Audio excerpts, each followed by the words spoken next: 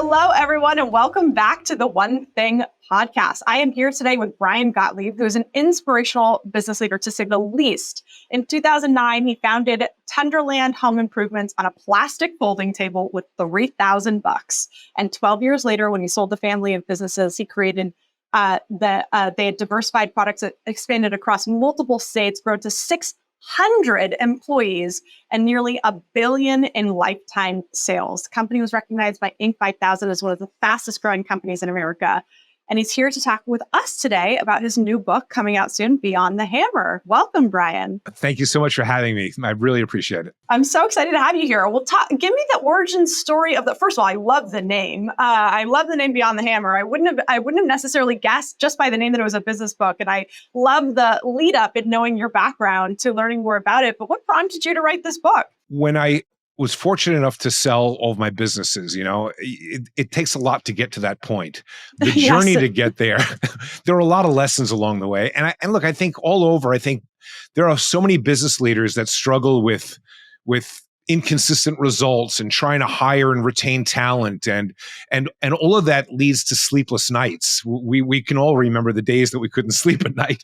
And I thought, if I can create something that can help them sleep at night and build a better business and build more aligned teams, then then that's what I should do. And that's what I was focused on. And what's interesting about the book, Brian, is that it's not as straightforward. A lot of times you get these books and it's like, here's my 10 steps to successful business, or my 48 things you got to do to win the business game. And you got to have a PhD to understand these, right, and frankly, no job to actually implement them. But yours are pretty straightforward tactics. And what I also love is that half the book is more of a story, like a parable. Talk to me about that. Yeah. So when I started writing it, I first started writing it as just a normal leadership book. And I wanted something that was, look, we're all busy people. We're running businesses, we're managing teams, we're doing a lot of things. So I wanted to create something that was, first of all, entertaining. Secondly, sticky. I wanted a book that had easy entry and exit points. And I remember things through stories. So I decided, let me not write the normal type of leadership book. Let me start with a story that any business owner can relate to. So it's a parable. And then the second half shifts from storytelling to strategy so that the reader can actually take and execute and implement very actionable items into their business. So I think it's going to be really helpful to people. It makes it digestible, right? Because You're right. We learn in stories, but we also experience in stories. And it's usually only in hindsight that you can look back and actually understand what you should have done different and how you might have approached that differently the second time. Yeah. So I'd love to jump into that with you, because realistically, you founded your companies in 2009. Great time, by the way, to decide to build your own business.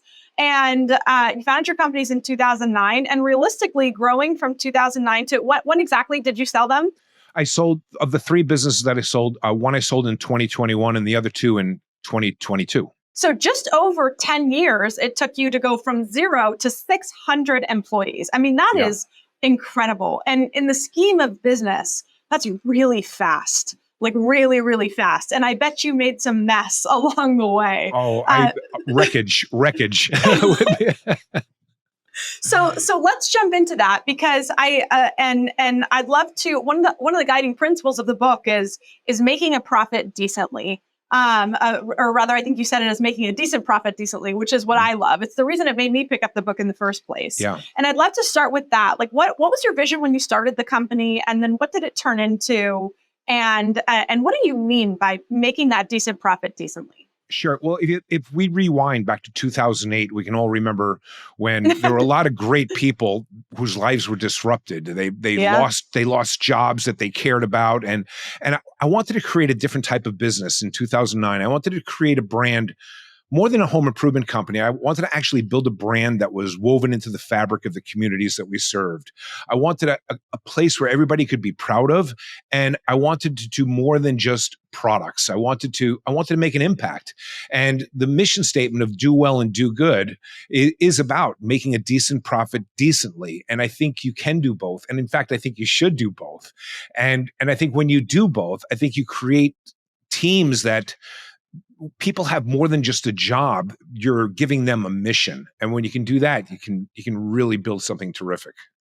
I love that. And walk me through when you were building the company at the beginning. I think that for a lot of people, they don't have as strong of a mission to begin with. Sometimes I find that either the mission never gets created or they find it as they go, which isn't always bad. Sometimes you don't even know what you're building at the beginning. You just know it's something that you feel strongly about. But it sounds like you had a really clear vision from the beginning. Where did that come from? So I had a clear vision on what I wanted it to become, but just to be clear, I didn't have it in words. And sometimes look, we all know in the early days of business, the only rule of business is to stay in business, and we're trying to do everything just to do that. So in the beginning, you try to just hire a person and hire another person, try to build on that, and little by little you do. But then I think what I learned is that once I had more than 2, 3, 4, 5, 6, 7, 8 employees, I needed to get what I wanted the business to become really on paper. I needed to write it down. It needed to be documented. And to do so, I wanted to really zoom out and say, okay, what is really the purpose of business? And that's how Do Well and Do Good came to be. I love that. And I'd love for you to walk me through the journey there, because I think that's an evolution that a lot of business owners have to go through, is that all of a sudden they look up and they say, well, what got me here isn't what's going to get me there. And I think that that's a really hard transition when you go from early stages of running a business where you're right, like your job is to just keep the doors open. Your job is to make sure that the business doesn't close. But then all of a sudden you find a rhythm, and all of that fight that you had to just keep the business afloat ends up sort of becoming a detriment to scaling to the next level. Right. And I'd love to hear what got you through that ceiling of achievement, because it sounds like this was a piece of it. Yeah, it was. But what I see when I look at businesses across the country, and before I started my own business, I was a consultant, so I got to see a lot of different types of businesses. In fact, I actually kept a journal of, if I ever open a business, I'm definitely going to do this. And then on the other side was, I'm never going to do this. But what I saw the most successful businesses doing is they were really good at forecasting the future. They were really good at predicting results, at coming up with targets and hitting their targets. And I think when businesses get stuck is, you have to hire key people. You have to hire somebody, but you're afraid to hire them because they're expensive, or can I keep you busy, or what is tomorrow going to bring? And I think the more an organization, the more a leader has confidence in being able to hit their projected numbers, the more they have confidence in investing in the business by hiring people and so on. So I think one of the cores of business, when we talk about do well and do good, the do good is how do we weave the brand into the community? The do well is how do we create an organization where everybody is involved in not just coming up with targets, but achieving targets? How do we create an ownership mindset deep within the business so everybody feels like it's their own little business inside of a business? When we can do that, the people themselves are really the fuel to help us have confidence in growing. Yeah. And it's real helpful. I'm so glad you brought this up, Brian, because this is something you and I chatted on before we started recording. But you and I were chatting about one of the biggest frustrations that I see, that I'm sure you see in talking to fellow business owners, is this realization at some point you will come to realize that the people who work in your organization could never care as much as the organization as you do, because you're the one who built it. You're the one who founded it. It's on your shoulders. That's right. And yet you can create an environment of ownership. And I find this is such a sticking point for business owners, and such a growth trajectory for business owners who get so frustrated that employees are just not taking ownership, not approaching things the way that they might. And it's a real growth opportunity that I think causes a lot of failure. And I'd love to hear your opinion on that, but it can cause a lot of failure if business owners don't figure out how to get through this hurdle. So I'd love to hear your advice on that. Yeah, and we have to say, well, what are the reasons that people aren't taking ownership? First of all, we know that there's studies that show 60% of people, I write about this in the book, 60% of US adults have left a job because of a manager. That's clearly a situation where somebody's not taking ownership in their work. And it's really such a shame. And I think that the way to really get your arms around it is you have to make a decision. Are you going to grow your business, and are you going to have a team that is led by rules and policy, or are you going to build a team that's led through empowerment? And as a young business, look, it's really easy to throw the word empowerment around. We have to empower people, but I get it. When you're a young business and it's just you or a couple of other people, and the checkbook isn't full of money and you're trying to make decisions and you kind of have to micromanage every single detail. What I'll share with you is, while I understand that, that's probably not the best way to grow a business, because it tends to control people. And what we really need to do is, I think we need to shift our mindset from a policy-driven business that's really policy out of fear to more like a training organization. We as business leaders have to constantly be involved in the training and development of others. And as we invest in others and train them and develop them, they start to understand what their role is. And then we apply purpose and real depth to their job and their role. That's when, again, you get really terrific things starting to happen. I'd love to hear what that training looked like for you, because it's interesting how uncommon it is in organizations to receive training. I know in ours, we run a training organization here at The One Thing, and yet people are often surprised to find, when they learn more about our organization on the interior, right, with the actual team, how much ongoing training we're required to have in order to show up to work every day. And that's so alternative to what most companies are putting out. And so I'd love to hear how you brought this into your organization. Like, where did you start, and maybe what did it evolve to eventually? So, being in the home improvement industry, as long as I can remember, there has been a labor shortage. As long as I can remember, there's been a labor shortage.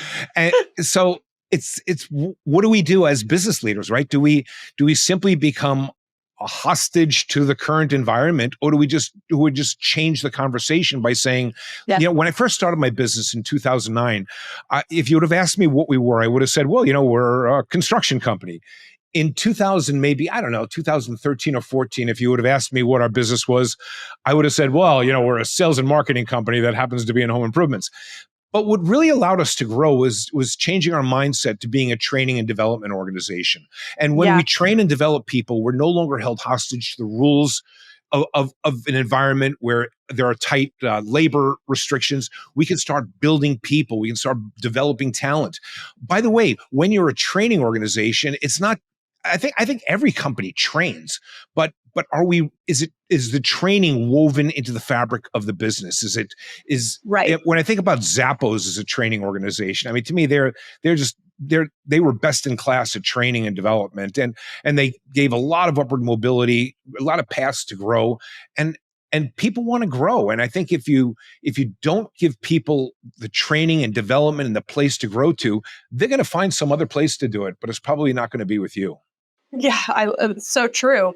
And that's where I think a lot of people experience turnover and don't understand why they're experiencing it. Is that what you see? I think that's very true. Yeah, I think there are a couple of reasons people leave jobs, right? Sometimes they leave, again, because of a manager. Sometimes they leave because there's simply no opportunity. And sometimes it's just a job and they're punching a clock. And all of those things can be addressed. And you can build a team that's significant, but it requires having a strong mission and just weaving your vision into the business. Yeah. Well, I think that's often what's missed about this idea of taking ownership. Back to that conversation too, is that people they're frustrated that people don't take ownership, and yet they don't really give them much to take ownership of. And they don't give them something that they can connect to outside of just the job, right? Inside organizations, my experience is that it's beyond just the work that I do that creates culture. It's how do I feel about myself when I'm here, and how do I feel about the people that I work with, and what mission, to your point, are we working towards?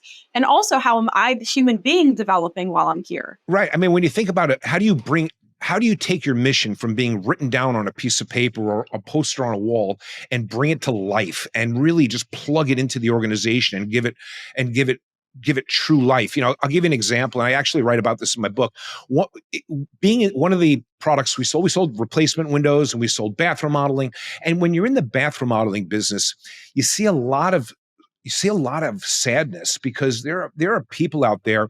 We saw a lot of veterans that while they served our country proudly, as they've gotten older, they now have mobility issues and financial issues, and while they were brave, they are simply petrified of taking a shower safely in their own home because they have a bathtub that's difficult to step over. And we would see so many examples of this. We started to say, what can we do about this? So we created a program called Baths for the Brave, where we surprise veterans with free, safe shower systems. Love It's that. actually last year, Baths for the Brave took place in 30 some odd states across the country where veterans received free shower systems in time for Veterans Day. But what that means is that, when you think about the installer that is installing a safe shower for a veteran for free, that's bringing the do well, do good mission to life, and everybody's involved in it and something everybody can cheer around. And it moves from it being a poster on a wall to something that is really significant. And I'll give you one more example, if I may. In the replacement window business, when we would put new windows in people's homes, you typically take the old windows out and you throw them in the trash. We thought that was kind of a shame. So we started giving these old window sashes to local artists and community members and business owners. And we would ask them to turn them into lovely pieces of art. And then once a year, we would display these art pieces, and it was called Windows for a Cause. We would auction all the art pieces off, and all the money raised would go to help somebody in the community. And what it meant was that not just the customer was a co-producer, because if we didn't have customers, we wouldn't have windows to paint, and we couldn't help people in our community.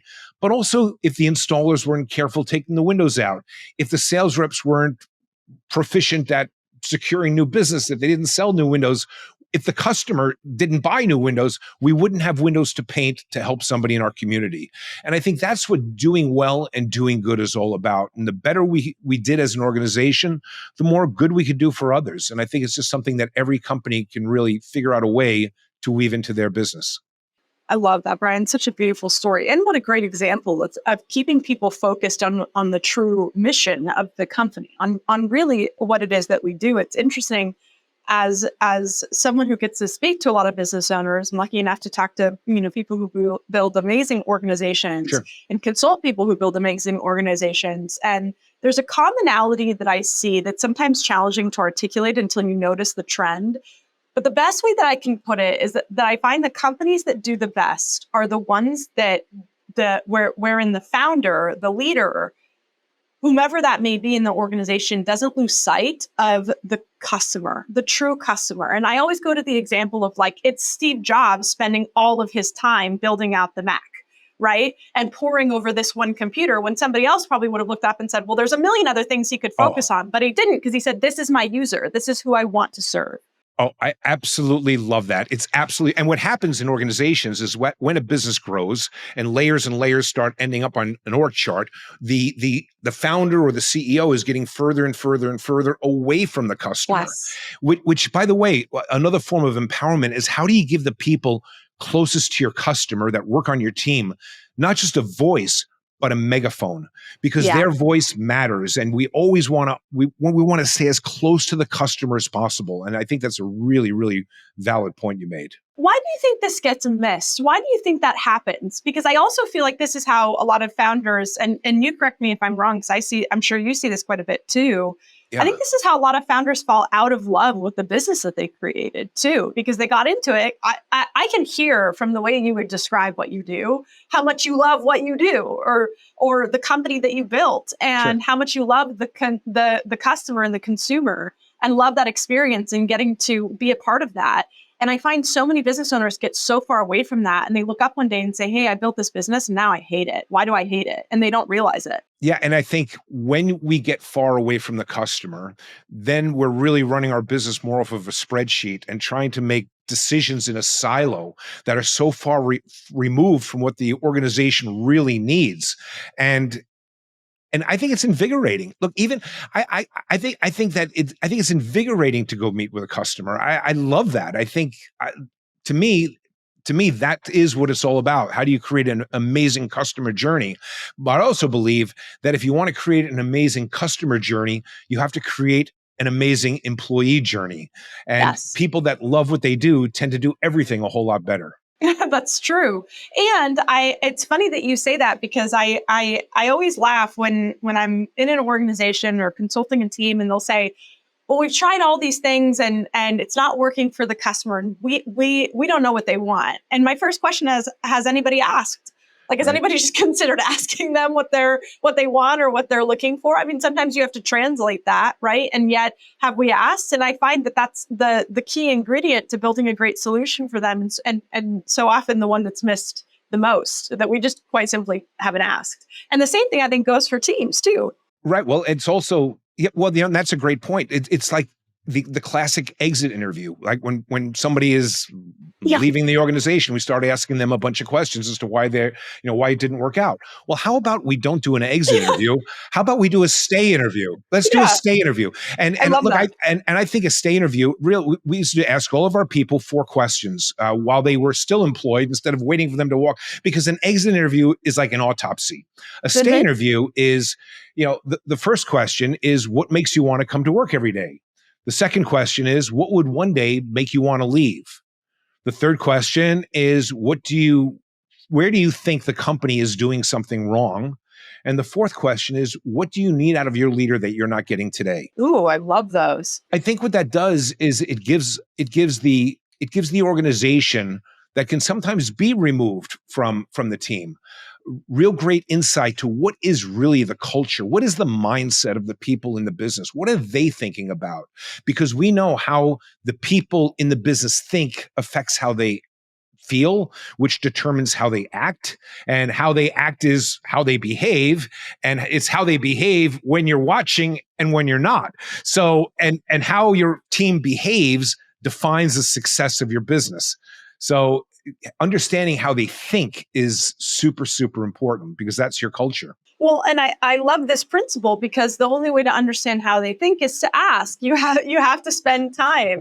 And I think that that's something, you talk about this in the book, and I think that's something that's often missed with leaders, is because we get so busy putting out the day-to-day fires, or so busy doing our own work, or so busy running the meetings or whatever it is, that we don't slow down enough to have these conversations. Yeah, we really do get busy. How many times have we all, as leaders of a business, come in the morning with a plan to do a whole bunch of things, with a stack of things you wanted to do, and then next thing you know, you're firefighting all day long, and none of that got accomplished. And that's right. And it's the things that really make a big difference in a business. It takes time, and it takes a special effort. It's not firefighting. It's different, and you have to make it a priority to really have your ear to the mind of the person that's working on your team, to really understand how they're thinking and how they're feeling. I'd love to hear your perspective on how you find the balance here, because I know that I've had this conversations many, many times, and whether it's in people like you that coach and consult, or the people that are on the receiving end, leaders, right, who say, well, at what point do I find the balance of I'm listening to them and being an open door, and then I just really need them to do the job, right? And how do you strike that balance? Yeah, well, great question, by the way. Great question, because both are important, right? You need to listen to them, and you need to do the job, the job. But what is the best way to get them to do the job? And I think it's by listening to them. So, but I think, first of all, what is the job and all that? But I think, look, I'll give you an example. I happen to live in Wisconsin during the summer, and we're out in Arizona in the wintertime. But in Wisconsin, it is where Harley Davidson is manufactured. And I, like a lot of people, have a Harley Davidson. And I love on a Sunday to jump on my motorcycle and go for a ride. All by myself. I don't go on the highway. I go on these back country roads. I go halfway down a country road. If I don't like it, I turn around and look for another country road. I might pull over and smoke a cigar and then get back on my motorcycle and keep driving. And look, when it's just me, that's fine, right? I can go down all the country roads I want. I can do your own thing. Yeah, but if I have 20 motorcycles following me, I would drive them crazy. They'd be like, what are we doing here? We're going halfway up this road. We're turning around. Now we're smoking a cigar. I don't smoke cigars. I would drive people crazy. So I think the first thing is people need to know where we're going. Where are we going? Right. And that's really, when we think about what is a vision statement, it's what do we aspire to become, and how do we win? And if you can gain alignment and provide clarity on that, provide real clarity on, this is what we aspire to become, this is how we win, so that when people are thinking about doing their job, it's really helping achieve what we aspire to become. It's more than just pulling a handle and making a widget. It's really providing real purpose to what they do, a real understanding, so that they also understand what is their piece to achieving the goal. And I think sometimes that gets missed. And where I think what happens is people tend to not always understand how their role connects to everything else in the organization and feeds the overall mission and vision of the business. In many company meetings, people are rewarded for the number one salesperson, the number one this, the number one that. But how about the mentor of the year, or the coach of the year, or the difference maker, or the things that, or the person that did something that represented the mission of the business? That I think that we as an organization have to reward the behaviors we want also, not just around KPIs, but around the way people think, feel, and act. Yeah. Well, and I love what you said, because I think this is something that's so often missed, and probably the linchpin of success in most organizations. And the way that Gary Keller and Jay Papasan, the co-authors of the book, say it is that the purpose of a goal is simply to be appropriate in the moment, right? And I think where people get challenged with finding ownership, and what most managers overlook, is that the way that people maintain or build or find ownership within an organization is to know what it is that they're owning, to have the ability to make appropriate decisions in the moment. And the only way you can do that is, to your point, if you know what you're trying to achieve, right? The example I always give is very dichotomous, but I'll tell someone, listen, if my goal is to sail this ship across the Atlantic, or is my goal to sink the ship where it stands? Because I'm going to make a very different decision depending upon what it is that I'm trying to do, right? Yeah. And yet so many people, well, they'll laugh at that example, and yet it's so real, because most people never stop to say, hey, by the way, this is what our company does. This is what we're trying to do. And this is your role in it. Yeah, I agree with everything you say. And I also think that there's misalignment in organizations when it comes to, when you think about when people hire individuals that are very customer facing, maybe they're a salesperson or somebody like that, they train them forever before somebody's allowed to talk to a customer. They train them before you get to talk to a customer. But often as the business grows, managers are stuck into roles out of necessity. Oh, wow, you have the most experience, you're going to be the manager. And they're not really taught on what it means to lead people and lead a team, to how to be an effective coach and mentor, to how to create a team vision statement, to how to practice empowerment, to how to communicate effectively, to how to be KPI focused and accountable. And I think I think there's real opportunity to develop the managers inside of organizations, because ultimately culture might be shaped by the CEO, but the manager is the custodian of the culture, because they're typically the ones that are doing the hiring, firing, promoting, and compensating. And how a manager does those affects how the people on the team think. In other words, the culture. Right. I'd love to hear how you do this within your organization and what this looks like. Because I think everything that you're talking about points to this alignment that you talk a lot about in the book. And what are the steps to get a manager to, because so many managers are sort of bound by the training they've had, which we've already established in most organizations is nothing. That's right. So they don't really know what they're doing, right? And then they're trying to not know what they're doing while they're trying to guide other people who don't know what they're doing. Yeah. And then it creates a big old mess. And so I'd love to hear how you do this within your organizations. Yeah, it's a very, very specific training program for managers. But also we make, and which I'll speak about in a moment, but also we're always focused on creating an environment where people can be exposed to leadership, even if they're not a leader today. Maybe they just want to be part of a book club. Maybe they want to listen to a podcast like this one. And how do you create an opportunity during company time that they can do those sort of things and not expect them to do it while they're on their own at home? But when you do have a manager, look, if we need to have direction and mission and purpose for our business, and the business needs direction, we have to be able to provide a manager on what it means to be a great manager. And when you think about a manager, it's not like, oh, this person's a leader and that's a manager. And I've spoken around the country and asked people, what's the difference between a manager and a leader? And I hear things like, well, managers tell you what to do and leaders show you what to do. And managers just get a bad rap.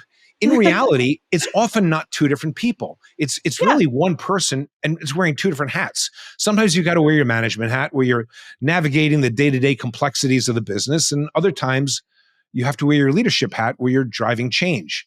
To do both of those effectively, you need what I call levers of influence and levers of control. Sometimes you're performing with a lever of influence, and other times a lever of control. As an example, if I have a party, my wife and I have 6 kids, and if I have a party in my backyard, moly, you're busy, Brian. Yeah, and if we have a party in our backyard, and we've got like all the neighborhood kids coming over when they were little, they're older now. We could have 50, 70 kids in our backyard. Yeah. And imagine if we didn't have a fence around our backyard. They'd be running down the block. We would not be parent of the year. So, look, you need a fence around your backyard if you're going to have 60 kids in it. And that the fence acts as a lever of control. That's a lever of control. But if I only had a fence and nothing for the kids to do, that would be like a prison. So I need to create levers of influence. I need a bulb. I need something, a bouncy house and a slide. A business needs both levers of influence and levers of control. And I get into great detail in Beyond the Hammer about there are essentially 10 practices of high-performing managers. And I get into real good detail on how to plug those practices into your business. It's super helpful.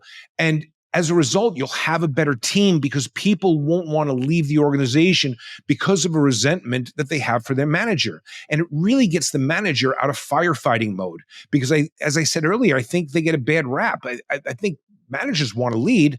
It's just that they're so consumed dealing with things that doesn't necessarily involve people development. Yeah, well, and I think often they suffer from the same challenges that the rest of the team members do, which is they don't know what to do, right? That's right. And so they're bound by what they know. And, I firmly believe, and when maybe it's the Pollyanna in me, but I'll always come back to, I don't think anybody shows up to work and says, I'm going to do my worst today.